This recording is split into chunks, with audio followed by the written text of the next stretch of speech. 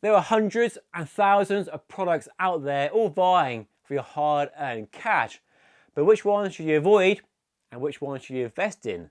Well, today I want to share my experience of 6 products I've been testing over the last few months. I'll share the pros and cons, the good and bad of whether they're worth buying or avoiding. So let's dive in. So let's start with a saddlebag. An essential on any road bike. You can't leave the house without spare tube and tie levers and other bits and bobs, and multi-tool for example. And I do like a nice compact low profile saddlebag, just enough space for all the essentials and no more. And this one from Topeak is pretty cool. I've been using it for the last month and it has some cool features. Firstly, in the main compartment there's space for a TPU inner tube, tie lever and a tubeless repair kit.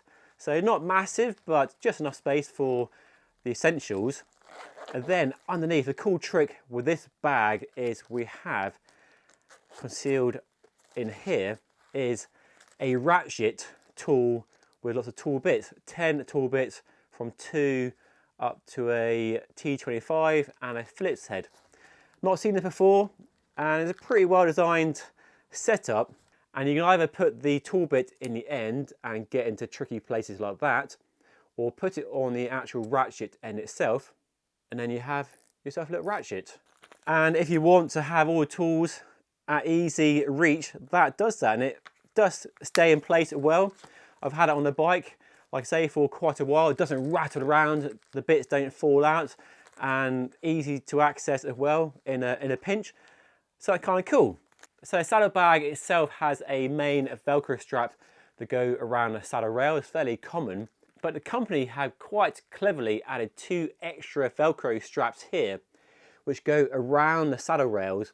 And that means when you open the either compartment to access the tools, the bag, the top part of the bag stays attached to the saddle rails and doesn't all come away.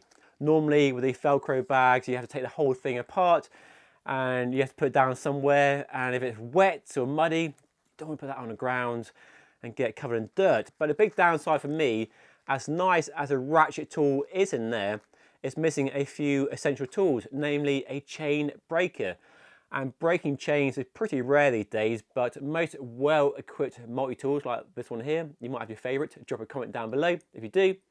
Does have a chain breaker and arguably more tools than the ones we have here. So I'd rather have this with me than this if I have to choose one or the other. And that's the downside to this. You are tied into the system we have here, and it takes up space where a multi-tool might be better to go. It might suit you. You might love the idea of the ratchet tool rather than the multi-tool. They do one without it as well, worth adding. But yeah, nice product, well designed, some cool features. Probably not perfect for everybody, all use cases, but if it ticks the boxes you are looking for, then that is a saddlebag worth checking out. I'll put a link to it down below. Next up, the brand new Shokz OpenRun Pro 2 headphones. Today's sponsor, but I've been testing them before agreeing sponsorship with them, and they had no input on what I say about the products. It's all my own opinions, and I'm only sharing them because I really like them, and if they weren't sponsoring it, this video, I'll still be talking about these and raving about them. So I've been a fan of this bone conducting technology for a long time now. They offer you the ability to ride outdoors on your bike and listen to music, but still hear road noise and cars and traffic and pedestrians around you, and still have that spatial awareness of what's happening, compared to in-ear headphones, which I don't use outdoors at all. Just don't like that feeling of not hearing what's around you. But these allow you to listen to music for that motivation when you're riding on your own, but still hear what's happening around you. And the sound quality has been getting better and better all the time. And one area these new headphones really address the failing of the, not a failing, but the downside of the previous one, is when riding at a certain speed, wind noise is a factor and you have to turn the volume up and up. But these offer great sound quality, good sound clarity, and a much fuller sound, and you can still hear them at reasonable speeds. So like riding along at 30 kilometers per hour, plenty of wind noise at that speed, but you can still hear the music very clearly, much more clearly than before. And the way to do this is by adding 2 open air speakers So you have both the bone conducting technology and then the two speakers pushing sort of lower levels bass into your ear, but you still hear around you, still hear all the road noise around you, but you have that better quality, that deeper bass, and much better quality of sound, music, podcast, whatever it is, when you're traveling at reasonable speeds, and definitely overcomes the wind noise issue with previous generation headphones in my experience. They still have all the same features as before. They loop over your ears, this band around the back to keep them in place, nice silicone, soft materials. You have buttons on the side for controlling the volume and skipping the track, and you can take phone calls as well, but I don't do that when I ride my bike.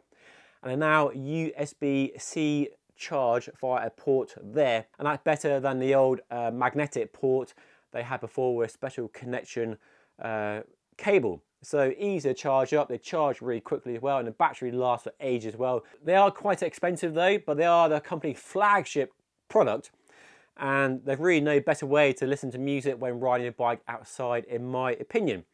So for that reason, they are definitely worth checking out. Available now. I'll put a link down below. If you use that link, I may earn some affiliate fee, which helps support the channel.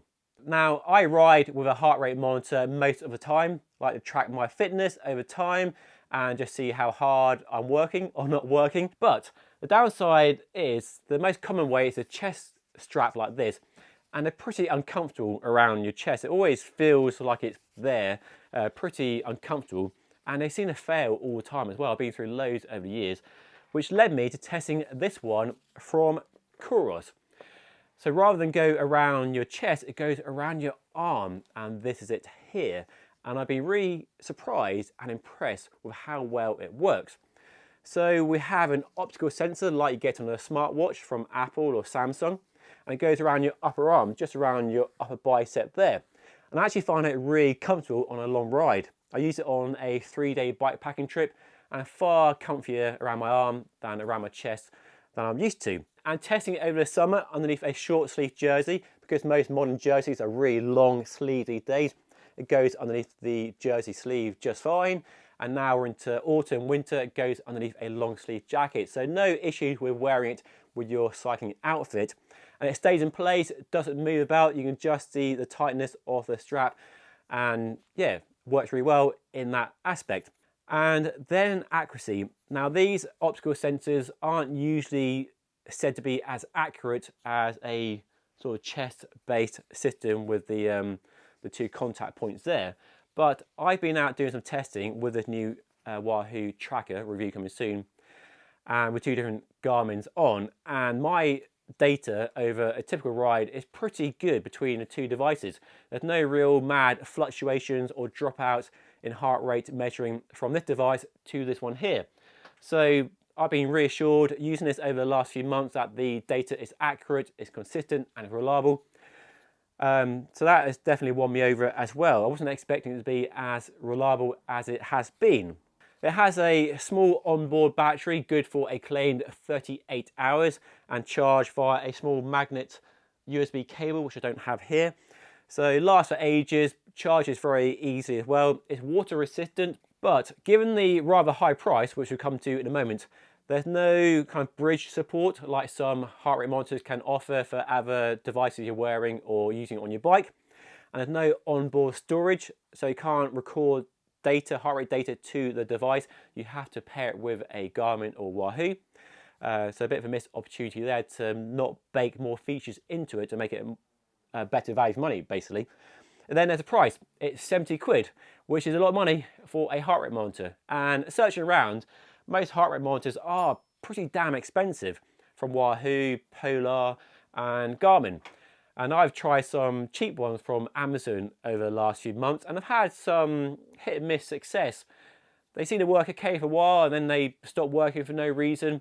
So I've not had the best luck. So taking that into account, the reliability of this one has been good, which goes some way to kind of justifying the high price, and I would highly recommend it indeed as an alternative, a comfier alternative to a chest-based heart rate monitor.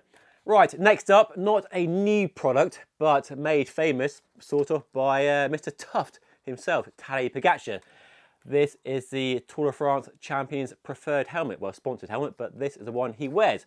So keen to find out what it's all about. I've been testing it for the last few months, and I've never really used Met helmets over the years, but I've been very impressed with the quality and the performance of this helmet. So this is a Trenta. It's their sort of semi-aero, highly ventilated helmet.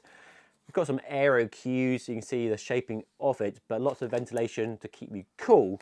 And the most striking aspect of wearing the helmet for the first time is how compact and low profile the helmet is. It's a lot smaller in terms of volume and fits much more closely, but not uncomfortably, than a helmet from say Kask or HJC or Giro or Specialized. And that's the most striking thing. It just feels like a smaller helmet. The sizing is right for me, but just feels like a smaller helmet, a more compact helmet. But it's not a tight helmet, it's not too small for me, it is the right size for me. Just has a more snug feel than other helmets I've been using, and definitely looks low profile, low volume on your head. Less of a sort of mushroom on top of your head as some helmets can be. And despite the fact it's low volume, it doesn't trade in safety at all, because it gets 5 stars in the Virginia Tech independent testing over in America. So if you want that 5-star rating, this gets that 5-star rating. It also has MIPS as well, a little yellow sticker down there with the telltale yellow anti-rotational safety device inside the helmet. So yeah, ticking the safety boxes despite having very kind of slim EPS foam in its construction. There is lots of nice adjustment in the retention system, nice rotary dial there, lots of nice foam pads around the inside as well and around the brow, and lots of big vents. And I use the helmet over the summer months when it's definitely warmer, and ventilation of the helmet is very good. Not the best in class, not as good as a Specialized Prevail, probably one of the best in the class for massive ventilation, but as good as a Kask in terms of how much air you feel coming into the front of the helmet, and definitely keep the temperature down to a nice level. But on the downside, it is an expensive helmet, nearly 300 quid, and a Kask Protone is cheaper, and the weight isn't especially impressive either. This one is heavier than the same size Kask Protone here. So not the lightest helmet in the world. If you're looking for lightweight, there are lighter alternatives like that aforementioned Specialized Prevail. The other downer for me, as somebody who likes to put glasses and sort of park them in the helmet, these Oakleys here just don't work. When I'm wearing a helmet, there's no real place to put the glasses. So that is a bit of a downer for me. Not a deal breaker, although it might be, because I'm quite fond, especially when climbing, when it's sweaty. I sweat a lot, put my glasses in the helmet, so it doesn't work so well on that front. So expensive, doesn't take glasses, but does look good and good safety. But I would definitely check the fit in terms of that low volume in a shop before you buy it, just to make sure it fits you. But yeah, that's a Met Trenta. Next up, a really smart mini pump from Topeak, the Racerocket Mini. Even though I ride tubeless and the risk of punctures is pretty low, I still carry a pump all the time. And I prefer a pump to CO2 because it'll never run out of gas. So a good quality pump is something that everybody needs. And this one is so small, so diddy, it fits in a jersey pocket really well. There's also a frame mount if you prefer as well, but it's so small, it goes in your pocket. Now, a downside to a small pump is inflation will take longer, so it won't inflate a tyre super quick, but it'll get there eventually. And with the low pressures I run, like 55 psi max these days, and that's more than enough. I don't need to hit 120 with a pump like this. So despite its tiny size and the reasonably low price, it feels well made, nice high quality materials, doesn't feel cheap at all. Aluminium and plastic and nice rubber materials, has a high quality feel. Extends a reasonable length. We have in the end a hose with the option for Schrader and Presta, and that just screws onto the valve. I'll show you in a minute. And in the end we have, which is quite useful to have, which is quite tricky to remove. So yes, we have a valve core removing plastic tool there, which could be useful. I'm not sure why you want to remove the valve coil. More likely to put it back on when you've unwound it by accident with the pump. So pump, let me give you a demonstration. And you simply lose all the air. Simply wind it onto the valve like that. Do it better than I did if you don't lose all the air. And then simply pump. I like the fact you have the hose. So you've got the valve securely locked on there, and that hose gives you that bit of flexibility to hold the pump. I normally put my hand around a spoke or two and sort of brace my hand against the wheel, the spoke and the pump, get nice secure, and use that valve to give you the flexibility, and then just focus on pumping. With such a small pump, it will take you quite a few strokes to get to reasonable pressure. But these days, I'm only running 55 PSI, so I don't need 120 from a pump like this. And in my testing, I get up to 55 PSI without getting too worn out and building up too much of a sweat. But the pump definitely gets warm after a while, and it does get firmer as you reach those high pressures. But it's definitely enough to get you home, enough to let you enjoy the rest of your ride without a real soft tyre. And then when you're done, simply unwind, do your valve up, and then simply push that back in.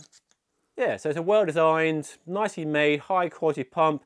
If you want a small pump for your jersey pocket, which lots of people do, if that's your priority, rather than easy, massive inflation options, then that's definitely a good choice. Okay, finally, since it's autumn, nearly winter here in the UK, and it's dark pretty much all the time, it's time for some good quality lights. And I've been a fan of this rear light from Moon for the last 6 weeks. So I use it at night time for obvious reasons, but I also use it during the daytime as a daytime running light. Most cars have daytime running lights, and I prefer having a rear light as a minimum, and sometimes a frontal light when I'm riding, when it's overcast, it's cloudy, it's gloomy, low light in the lanes. So having a rear light is just it's a no-brainer really. And then the light itself has a 100 lumen max output from the Cob LEDs, and there's lots of modes in there via this single button on the front. So we have daytime running modes and sort of nighttime modes and flash and steady and all the different modes you might want. Everybody has a preference: flashing, strobing, constant. Let me know yours down below. It's charged via USB-C, so charging takes max 3 hours from a flat battery to a full battery, and runtime is good for anywhere from 2 hours in the brightest mode up to 100+ hours depending on the mode you use. I've done 6-hour rides in daytime running mode and it's lasted just fine. There's no fear of the battery running flat on me. There are some smart modes in there as well. So we have a sort of light sensor and then ambient light sensor, and you can access the smart modes where it basically detects how much light there is and what you're doing. So if you come to a stop at a cafe, it just turns the brightness right down to extend the battery life, and then when you move it again, it goes brighter. The only downside to those smart modes is accessing them via the one button and pressing that one button enough times in the right sequence to access a mode you need and want, which can be a bit tricky. So you have to follow that manual quite carefully. So I think almost needs an app to make it easier to configure the light into the mode you want, rather than follow the manual instructions via the one button. So it's a well-made light, good quality light, lots of modes, smart modes as well, nice, easy, quick release as well, and it's been durable in my testing so far. I've been riding in the rain, a jet washer bike, and it's still working just fine, and has that feeling of a quality light, which goes some way to justifying the price, which is higher than the countless cheap lights you can buy. But with lights, personally, I prefer to spend more money, invest in a better quality light, which will last you much longer than a cheap light, and it's something that won't let you down, because you definitely don't want a light that let you down at all. So this has been my go-to light for the last 6 weeks, and will continue to be through the rest of autumn and winter. So there we go, 6 products that have their pros and cons, but on the whole, are definitely products I can recommend. I'll put links to all the featured products down below, and if you click on those links, I may earn a small affiliate fee which helps support the channel. And if you want to see some other cool accessories and upgrades, then watch the video up here. And of course, don't forget to subscribe for more content like this on a regular basis by hitting the button right here. But that is all for today. Thank you so much for watching. I'll see you again very soon.